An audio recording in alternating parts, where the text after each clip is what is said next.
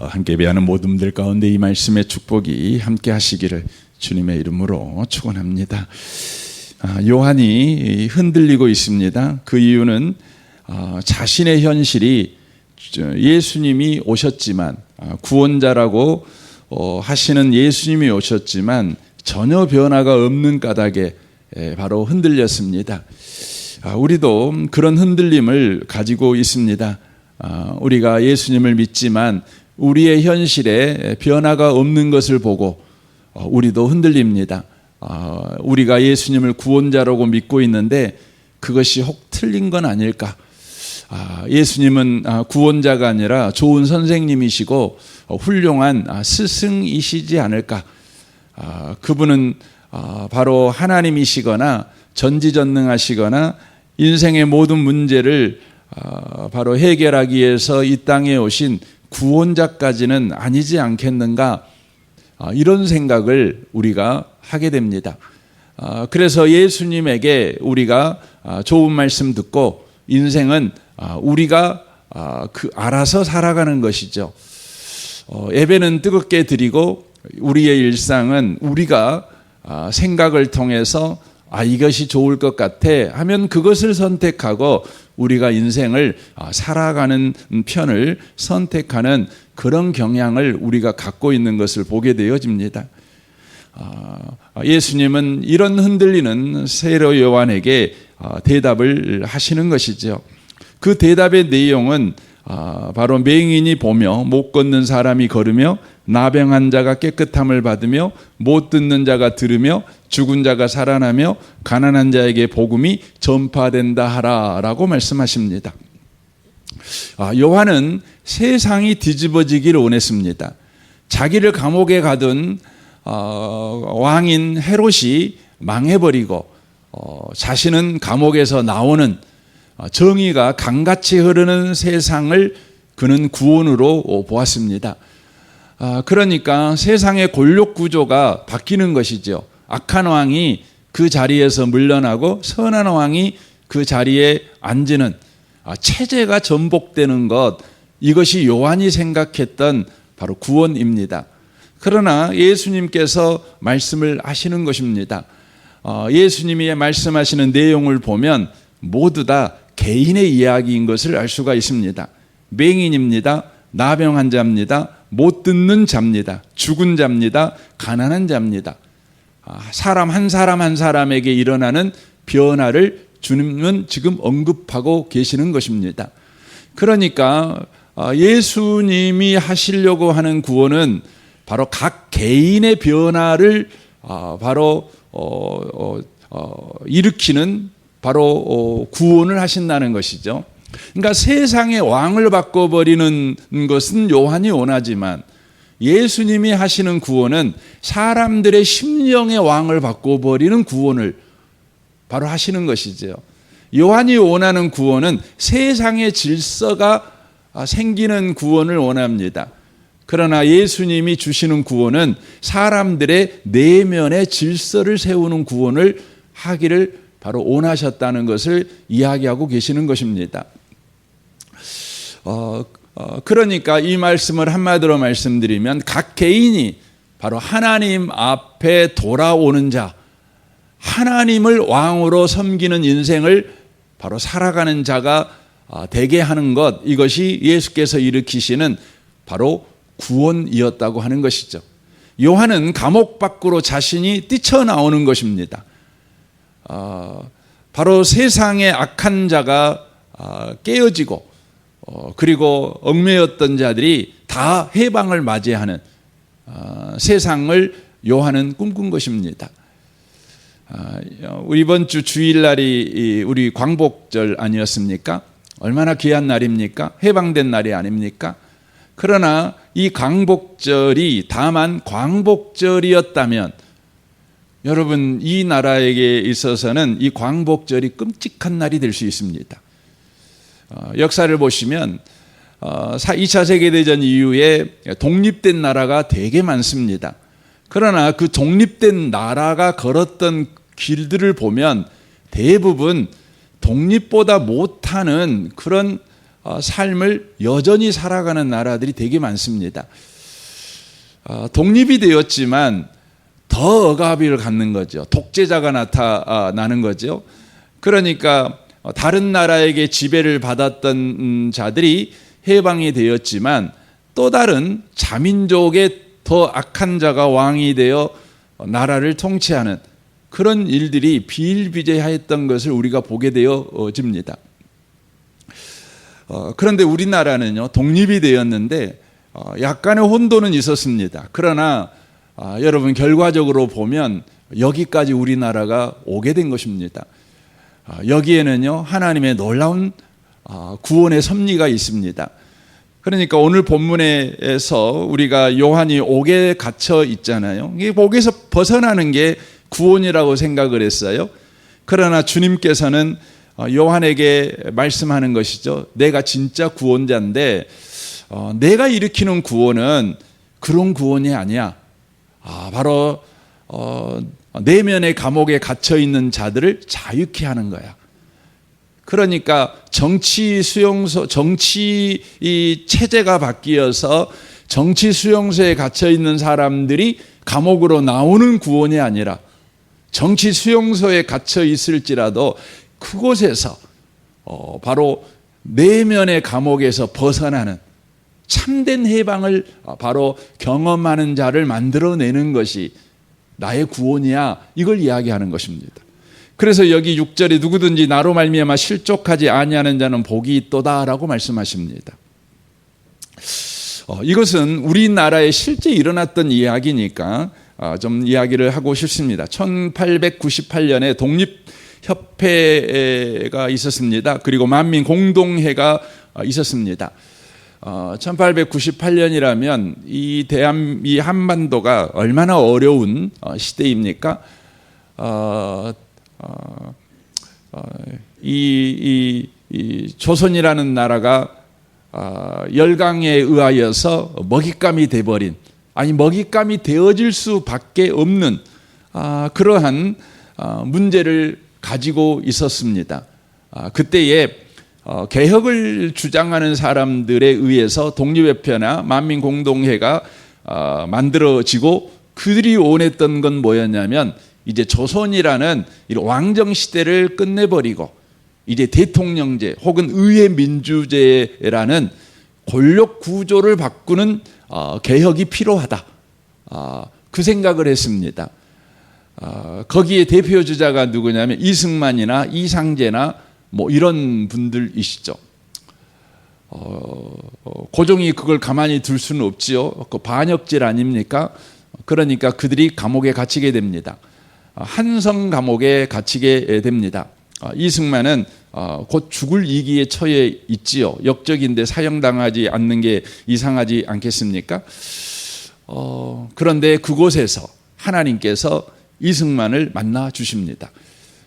이승만은 그곳에서 놀라운 신앙 체험을 하게 됩니다. 그는 아주 명문가 집안 사람이잖아요. 그러니까 유교에 완전히 붙잡힌 유학자입니다. 그런데 그 사람이 그곳에서 하나님의 신비한 은혜로 하나님을 경험하게 됩니다. 그리고 얼마 있지 않아 그 감옥에 자기들의 동지들이 한 명, 두 명 들어오기 시작합니다. 1902년도에는 뭐 이상재, 이온극, 유성준, 김정식, 홍재기, 이승인 이런 사람들이 들어오는데 이 사람들이 어떤 사람들이냐면 다 그 당시에 고위 관료들, 명문가 집안 사람들입니다. 근데 이들이 감옥에 들어오는데요. 어떤 일이 벌어지냐면 이 감옥에 선교사님들이 들어와서 이들을 만나줍니다. 왜냐하면 이들이 대부분 배제학당 바로 선생님들이었기 때문에 그렇습니다.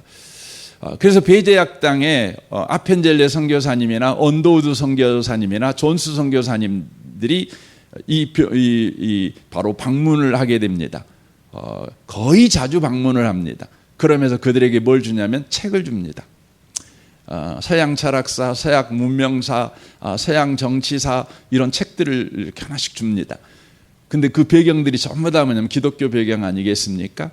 그리고 1900년도에 우리 한국 기독교 역사에 큰 일이 일어납니다. 그게 뭐냐면 신약 성경이 한글로 완역됩니다.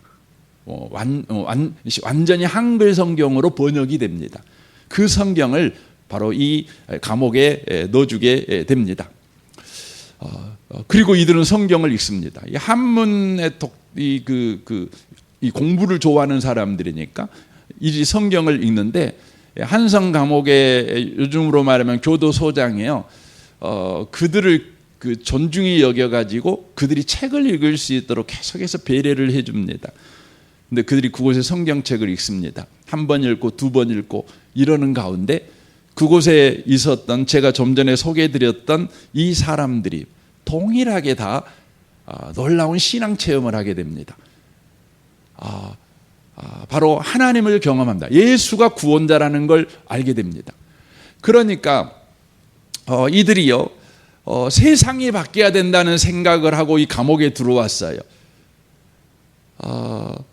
그런데 이들이 이 감옥 안에서 자신들의 심령의 변화를 일으키는 바로 하나님을 경험합니다. 세상의 왕이 바뀌어야 된다고 그들은 혁명을 꿈꿨던 사람인데, 하나님께서 찾아오셔서 그들의 내면의 왕을 바꾸어 버리는 내면의 혁명을 일으키게 됩니다. 그래서 이들은 모두 다 독실한 기독교 신자가 되게 됩니다.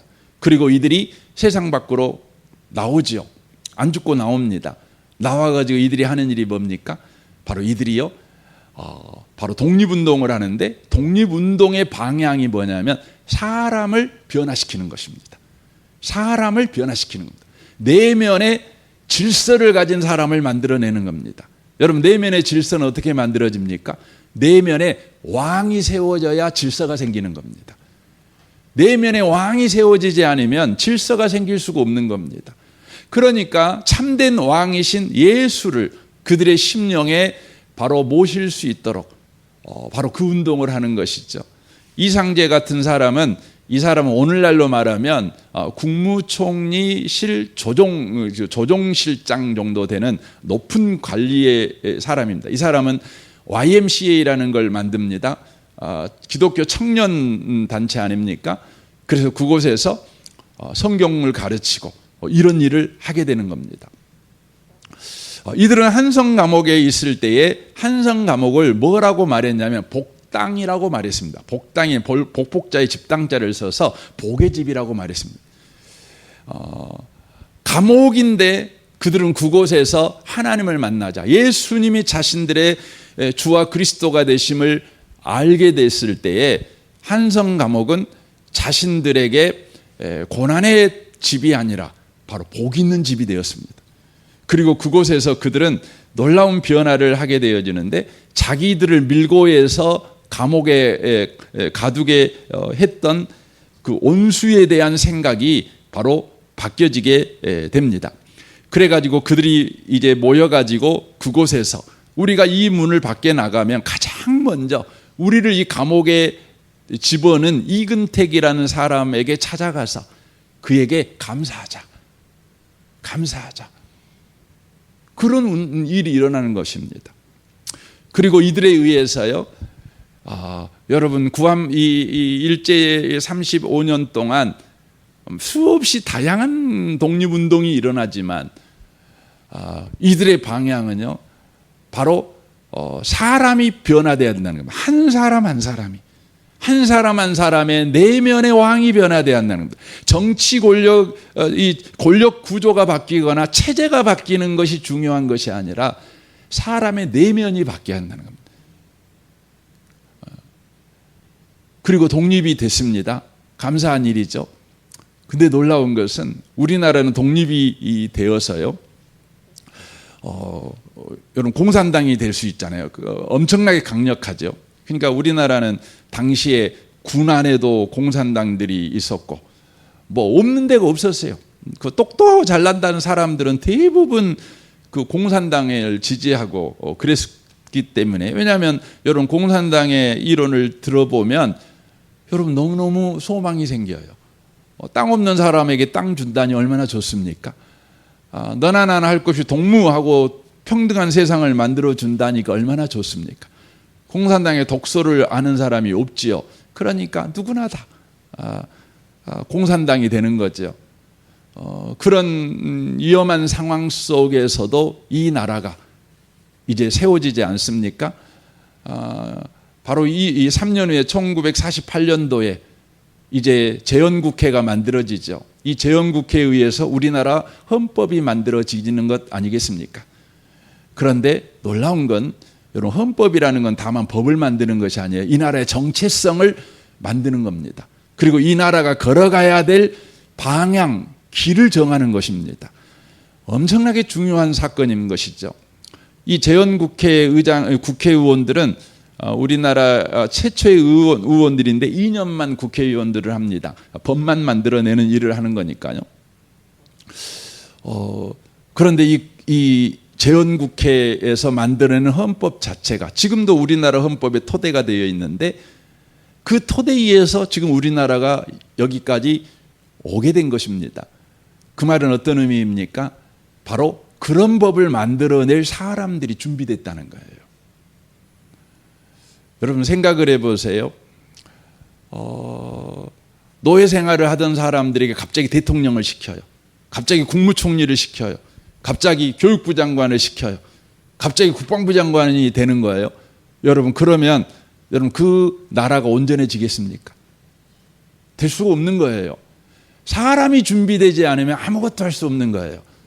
도리어 여러분 해방이 된 것이 더 큰 악당을 만나는 거예요. 그런데 하나님께서는 해방이 되기 전 거의 50년 전부터 예수가 하시는 구원을 이 나라에 베푸셨어요. 사람을 변화시키는 구원을 베푸셨어요. 사람의 심령의 왕을 바꾸는 내면의 질서가 세워진 사람들을 준비시키는 거예요. 준비시키는 겁니다. 그래서 해방이 된 이후에 이 나라는 여러분 역사상에 이렇게 빠른 속도로 이 두 가지죠. 자본주의와 민주주의가 같이 성장하는 나라는 역사 속에 없어요. 없어요. 그게 가능했던 이유는 뭐냐면 예수의 구원. 세례 요한이 원했던 구원이 아니라 예수가 이 땅에 베푸신 구원이 이 나라에 바로 임했기 때문에 그런 것입니다. 여러분과 저는요, 우리가 원하는 구원이 있어요. 주님 이거 해주세요. 이거 저거 해주세요. 우리가 원하는 구원이 있죠. 그래서 우리가 원하는 구원이 우리에게 안 나타나면 우리는 흔들립니다. 신앙생활에 대해 해이를 느낍니다. 우리의 열심에 대해서 우리는 억울함을 갖습니다.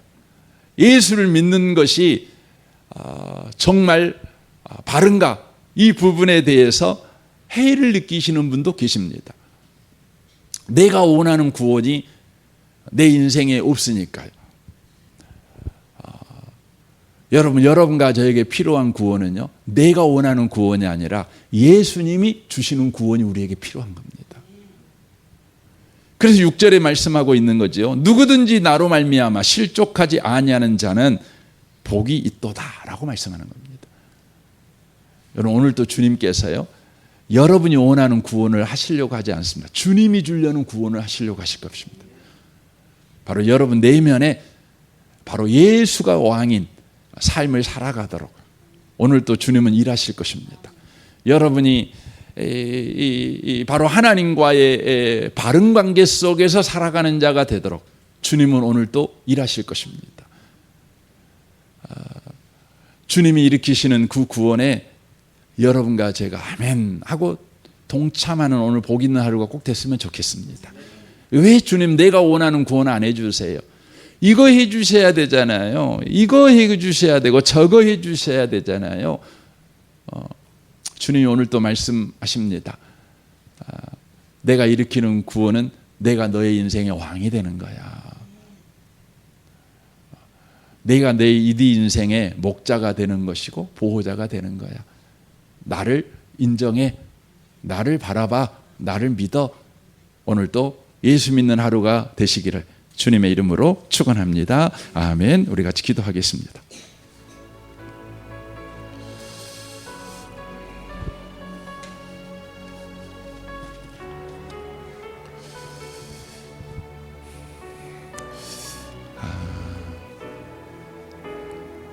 우리가 이 시간 기도할 때 주님, 우리가 원하는 구원은 있습니다. 그러나 이 아침에 주님이 원하시는 구원, 주님이 우리에게 베푸시는 구원이 우리에게 일어나기를 원합니다. 그래서 오늘 하루도 예수 믿고 살아가는 하루가 되게 하옵소서. 예수가 내 인생의 왕인 것을 고백하며 왕이신 주님을 의지하고 그 주님이 하신 일에 대한 소망과 기대를 가지고 오늘 한 날도 살아가게 하시옵소서. 여러분의 가정생활과 직장생활, 또 여러분의 모든 인간관계를 위해서 기도하시면 좋겠습니다. 부부관계, 부모관계, 자녀관계, 교우관계, 또 이웃과의 관계, 직장 동료와의 관계를 위해 기도하십시오. 우리 아동부를 위해서 기도해 주십시오. 섬기는 윤상효 전사님과 우리 아동부 아이들을 위해 기도해 주십시오. 우리 승찬마을 장로님과 순장 순원들을 위해 기도해 주십시오. 이 나라 이 민족을 위해서, 북한과 열방을 위해서 기도해 주십시오. 오늘 수요일입니다. 수요 예배를 위해서 또 기도하시면 좋겠습니다. 우리 좋으신 주님께 통성으로 구하겠습니다. 기도하겠습니다.